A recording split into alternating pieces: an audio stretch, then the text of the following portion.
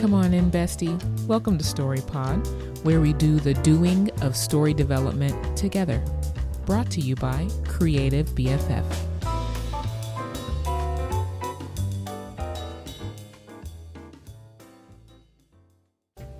Hello, and welcome to the StoryPod podcast. I am Ashley, your host and bestie. Okay, listen. Bestie for life. If you're trying to write something, do something kind of story, if you need help, let me know. That's what I'm here for. Okay. But until we find each other,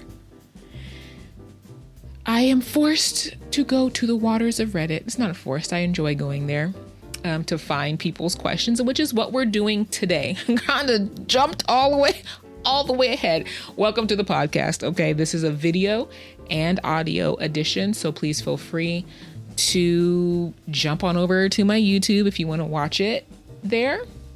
But if you just want to listen, because you're walking, you're doing your meal prep, whatever it is, vacuuming, I don't know, feel free, girl, listen. That's what we're here for. This is what we do. This is how we hang out. Okay. So today, as I kind of alluded to, we are doing another question from Reddit, another story question from Reddit. I love these. Right now, there's a lot of these because they're fun to do, and I want to answer your questions. So if you found this and you have a story question, please feel free to throw a comment wherever you're listening to this, or you can email me. I don't know why I had to look up where can they email me? You can email me at ash@creativebff.com, or you can go to my website, creativebff.com. You can go to the contact section and you can shoot me a little message, and I'd be happy to answer your question here on the podcast. So let's get down to it. We have a fun one today because it deals with romance, and I love romance. Okay. I'm so sorry. So let's read the question. It comes from the r/fantasy writers subreddit by Samurai Marine. Okay. Advice: making a ghost woman real. Question for my story. So in brief, the story is about a man who encounters a woman that is a ghost. Over the course of the story, he falls in love with the woman and wants her to be a part of his life. I'm looking for a way that is not science fiction-y, in which I can have her at some point become alive or at least corporeal. While she is in the house, she is sort of corporeal in that she can interact with things that are part of the house, but I am kind of stuck as to how to make her into a living person again. Think of the Ghost and Mrs. Muir in reverse. Instead of having him dying to be with her, some power allows her to come back to be with him. Things I have drafted and then tossed out. She takes over another person's body. I got rid of this because I would like her to look the same as the way he sees her. I considered a magic solution but could not find a convincing way in the story. I wrote a test draft where they found her body and were going to do something that way, but I thought I would lose readers with that and quit. I keep coming to the idea of some kind of portal between the afterlife and this world, but I'm not sure how that would gel with the readers. Note, I'm not asking anyone to write this piece for me. I just need something to stimulate my own thoughts on the matter. Where better to ask than a bunch of other writers? Thanks in advance for any ideas, thoughts, and comments. So I feel like this is kind of like a fun one. I'll focus on the camera. And I had an idea off the bat, but I feel like I also want to kind of address some of the concerns. It seems like this, and if you see me looking to the side, I'm looking at the post again.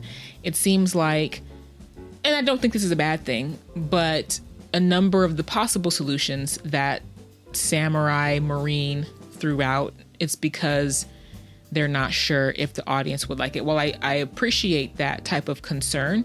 I think that if you build into the logic of the world, whichever one of these feels most organic to your story, is the most enjoyable for you to write. If you build it into the logic so it doesn't come out of left field, it doesn't feel, what is the term? Deus ex machina or whatever, God in the machine, like where it's just like a convenient solution. I believe that that's what that refers to, right? If I'm wrong, let me know in the comments below. But if it's not just a convenient solution that kind of comes out of nowhere, descending from the sky, as it were, then I think that the audience will be fine with it, you know. And if you can make it so that it's not obvious, but if the reader looks back and is like, oh, I can see how this would work, well played, author, then that's a very satisfying kind of solution, right?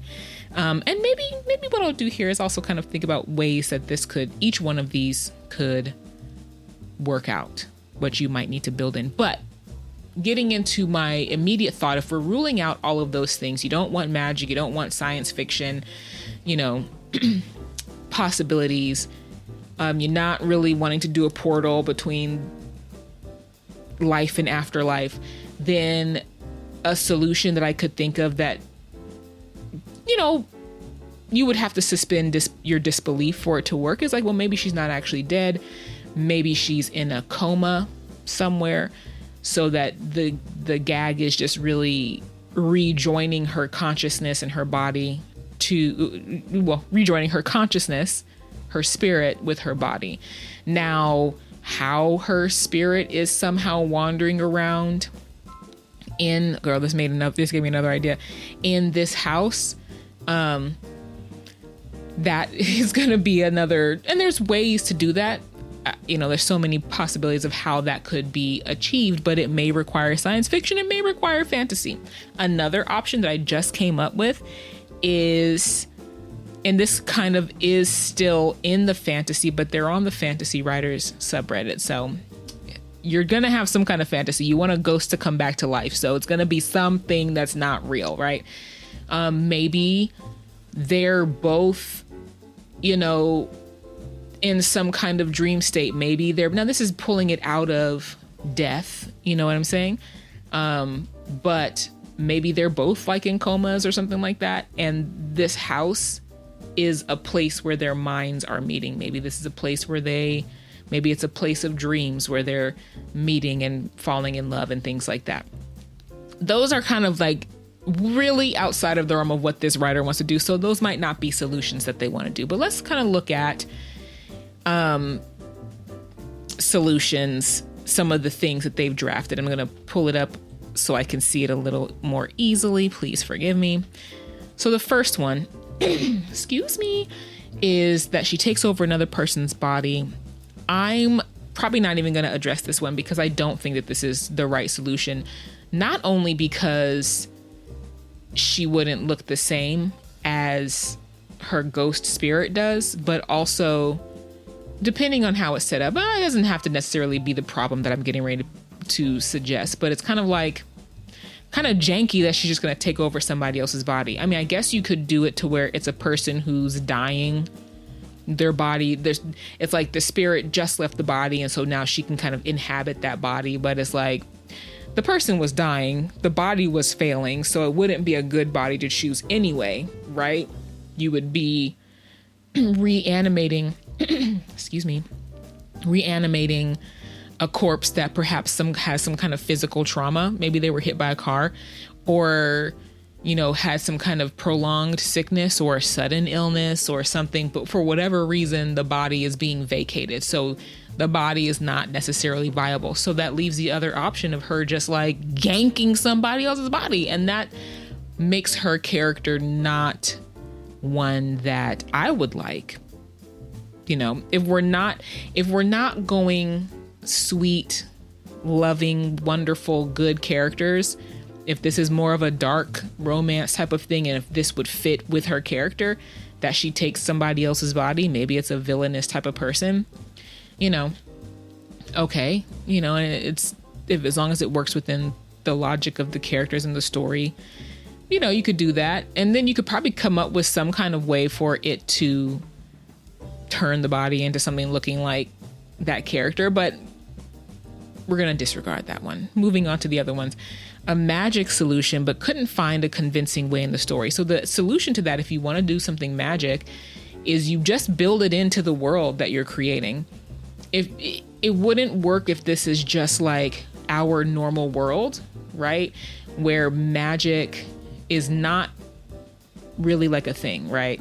That doesn't mean that stuff that seems like magic doesn't happen. Doesn't mean that supernatural things don't happen, but it's just like what we see in fantasy as far as magic is not a reality of our world. And so if you're basing it on our world and magic is not really an element, then yeah, it's going to be not convincing. But you may just, if you want to do a magic angle, you'll just need to create a world in which magic is a part of it, or it's starting to become a part of it. Or perhaps this might be cliched, but like, you can pull from various cultures, fables and folklore. You can pull into the Fae, which is not, I would say it's a well-trodden world trope, whatever, to pull from, but perhaps it's well-trodden for a reason. It's a world and it's a trope that people enjoy. It's something that, sparks the imagination. We enjoy it as a species, right? Humans, readers, plenty of readers enjoy seeing things in which the fairy fae world plays a part. So perhaps the house is sort of like a part of the fairy fae world, and so there's something that can be done that can bring a person back to life. But if you want a magical solution, I'm not going to really like try to come up with a bunch of ways, because it really depends on the story that you want to give. But if you want a magical solution, then you would just need to go back and seed that in the story, make it fit within the logic of the world. And then you can have a magical solution that would still be convincing. It doesn't have to be, you can be really unique with your magic system, with the world that you've created, how the magic is intertwined with the world. It can be unique, something more original than what we maybe see all over the place. Maybe it's not fairyland, maybe it's something else totally. But as long as you build it into the story, I think that you can still make it convincing. So the next draft where they find her body and we're going to do something that way, but you thought it would lose readers with that and quit. With this one, without actually kind of digging into the details of how that actually works, what they actually do, how it fits, again, I beat this horse, but it's so important. The logic of the world that you're setting up, it doesn't necessarily have to lose readers, right? It can totally be a part of this story as long as you make it make sense in the world that you've created. I specifically, as a reader, so this one kind of ties into my sort of off the top of the dome, like, well, maybe she's in a coma and they find her body. Maybe she's not fully dead. Maybe it's kind of like the Princess Bride, if you've seen that movie where the hero is tortured to the point almost of death. They think he's dead, but there's just a little bit of life left in him and they feed him some kind of seed, I think is how it goes, and it brings him fully back to life. So it could be something along that line where it's like, or even Snow White, where she eats the poison apple, she looks dead, but a kiss revives her. The kiss of her true love revives her, right? And she coughs up the apple piece. I think I don't know if that happens in the original cartoon or even in the original fantasy. I'm going off of the Disney cartoon 50s, 30s, 20s, whenever it came out. Probably like 20s, right? 29? I don't know. Going based off of that telling of the story, I don't know if she coughs up the apple, but I've seen other versions where she coughs up the apple piece just being lodged in her throat. So it could be something along those lines of she's not fully, totally dead, and there is a way to bring her back, but it just has to fit within the logic of your world building, right? So then the next option, a portal between the afterlife and the real world. That might be the one of this list that maybe has the most promise. I feel like that's kind of a cool idea. There is quite a bit that you can do with it. There's some conflict that you can bring in.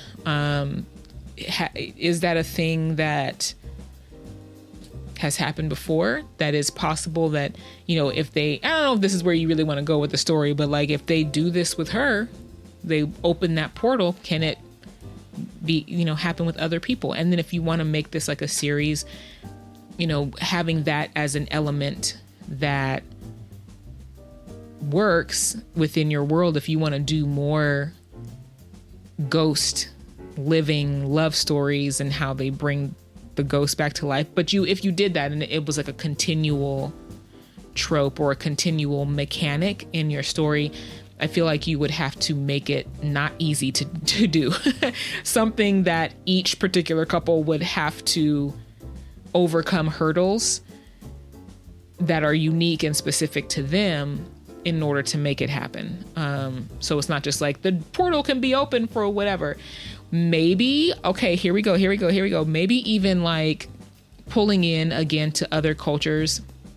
I'm not even sure if this is actually part of like, okay, let me not even specifically say what celebration I was going to say, because I don't know if I'm saying the right thing, but I believe, if I'm not mistaken, there are certain cultures in the world that believe on certain nights during certain celebrations that deceased loved ones come back, right, for the night. I don't know if that's a thing, but you could build that into your world where perhaps there is some kind of cosmic alignment that happens. And when all the conditions are right in this particular house or at this particular place, it's possible for one person to be resurrected. Maybe it's even like a wish granted type of thing. Like you find the Dragon Balls and you get one wish and you bring your girl back to life, right?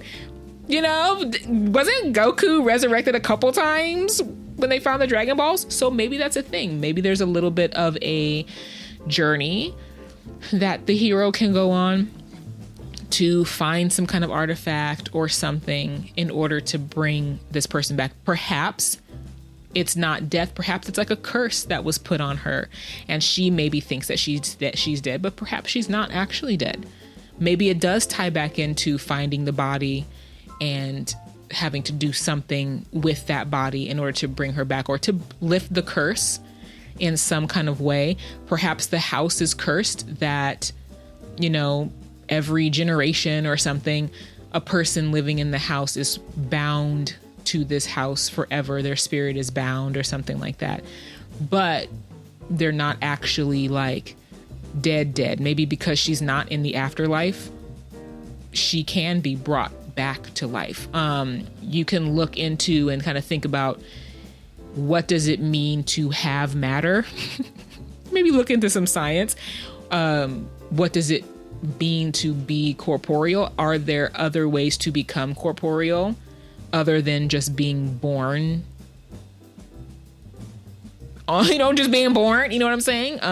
How does matter act? Is it possible without having her body to have some sort of something, whether it's magical, supernatural, or whatever the case may be, scientific, to recreate matter, right? I guess it really just, okay, so they did specifically say they didn't want science fiction, so I'm not going to go science fiction-y, but that leaves, if you're doing this, it leaves supernatural, it leaves fantasy magic, right? If you don't want to do science fiction. So we're removing science from involvement in this. So it's going to have to be some kind of magic thing. I mean, maybe you could even tie it into he has to give some part of himself.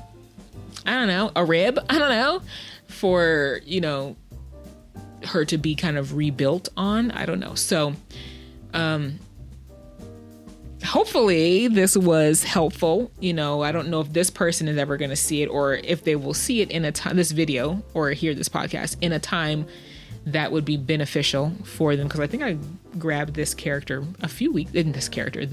a few weeks ago for me to answer. So they probably have moved on and made their decision already. But in terms of it being helpful, I hope it was helpful to you, watcher, listener, my bestie, my friend, as you're thinking about, perhaps being concerned about whether the audience, I think that the main takeaway, outside of just answering this specific question, I think that the main takeaway is if you're concerned that a solution you are presenting for whatever your story is, the audience won't like it, it won't gel with them. I think that the main takeaway is that you have a better chance of it. Excuse me. You have a better chance of your solution gelling with the audience if you make it fit within the logic of your world. Now, there's always going to be, before I leave you, I have to give this example. There's always going to be people who don't really like the solution that you've come up with, and that's fine because people have different tastes and everybody maybe would have a different way that they would solve this problem.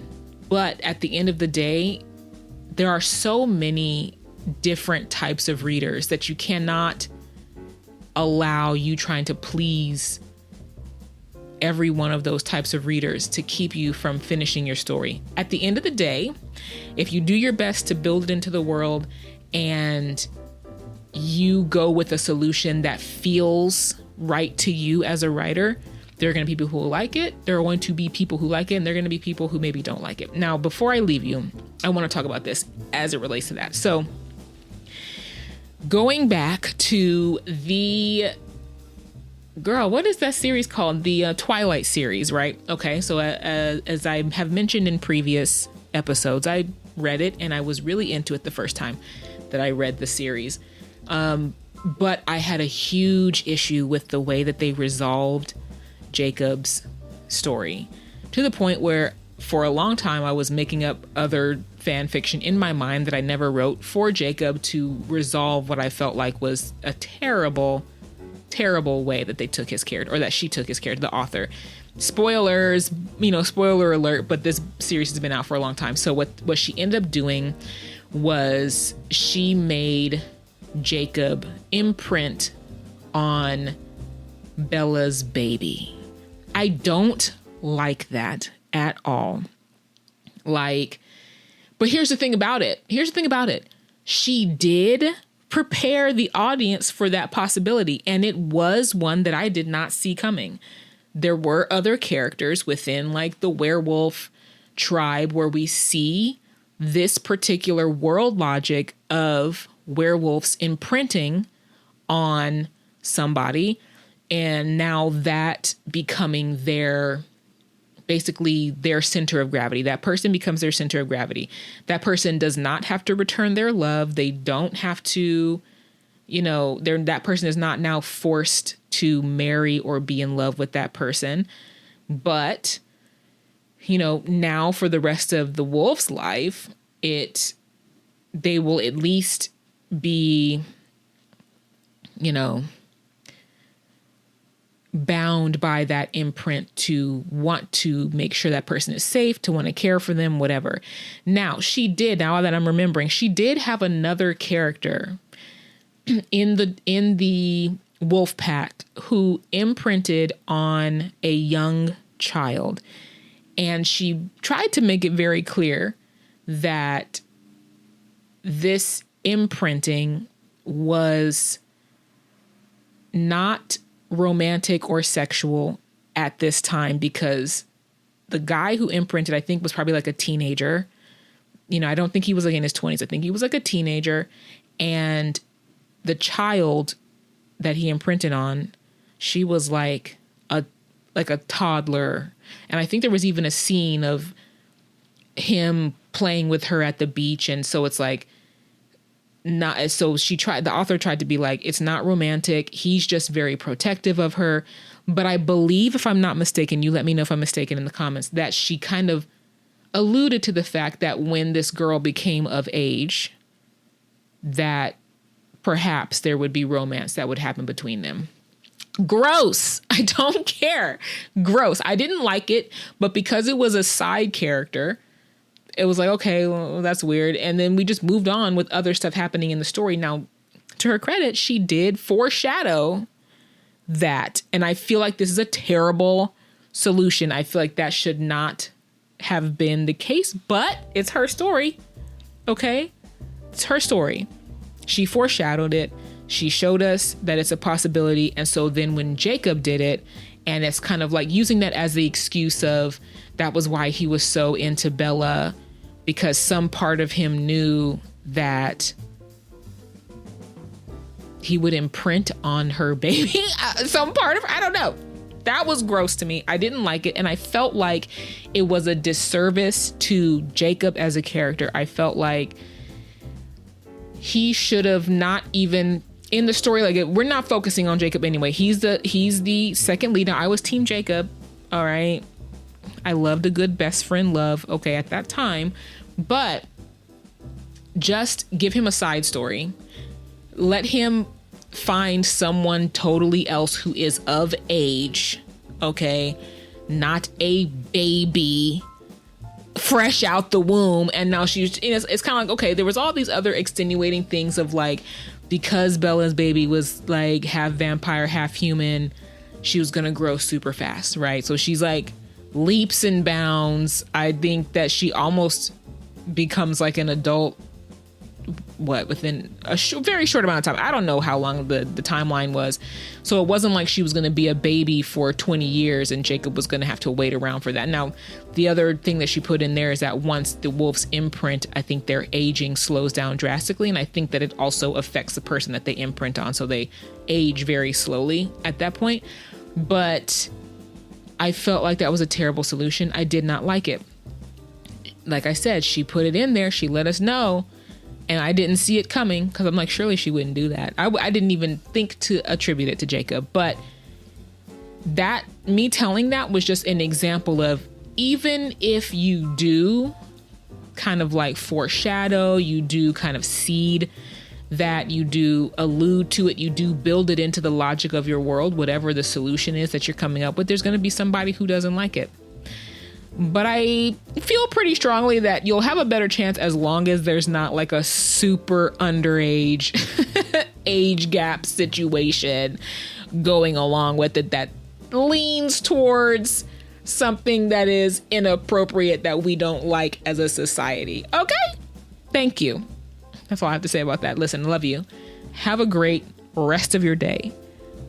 Blessings to you. Peace to you. Okay, until the next time that we meet.